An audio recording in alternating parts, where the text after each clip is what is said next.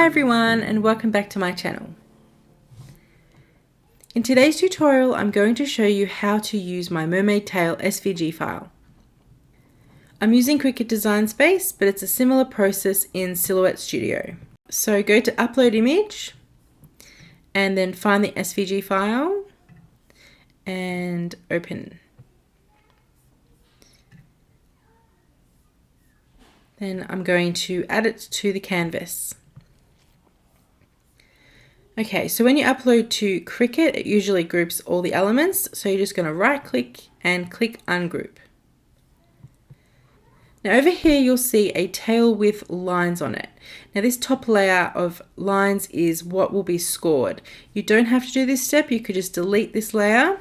But if you'd like this step to make it like my demo, just click on that layer, go up to line type and change from cut to score. So now your machine is going to score those lines and add some texture to the tail. Next, just take those two layers and attach. So that's now going to cut and score together.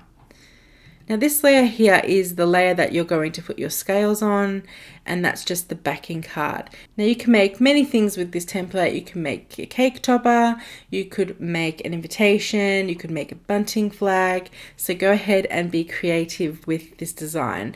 It's a really cool design. I really enjoyed designing it and it looks amazing with the different types of colored papers and textures. So I've included one round pre-sized scale, and with this you just need to make copies of the scale and change the colors to whatever color you're going to use.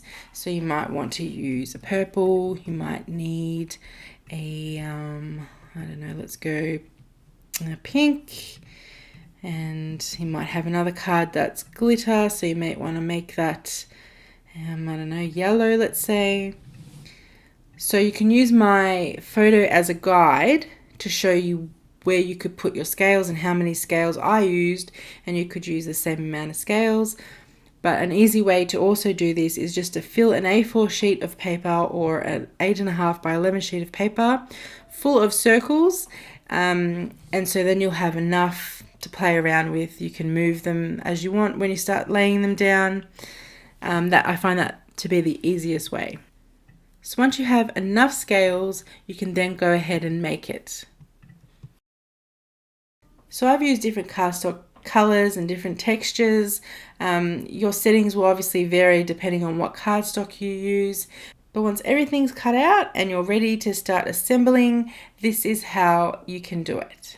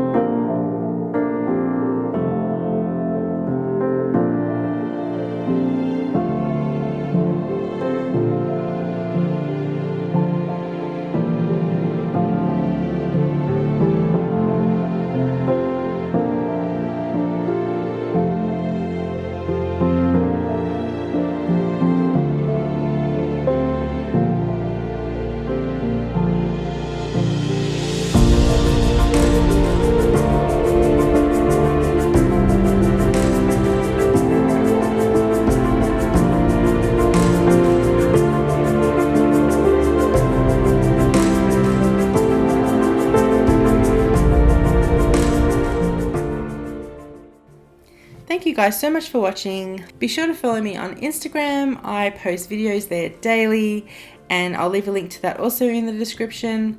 Thank you guys so much for watching, and I'll see you again in the next tutorial.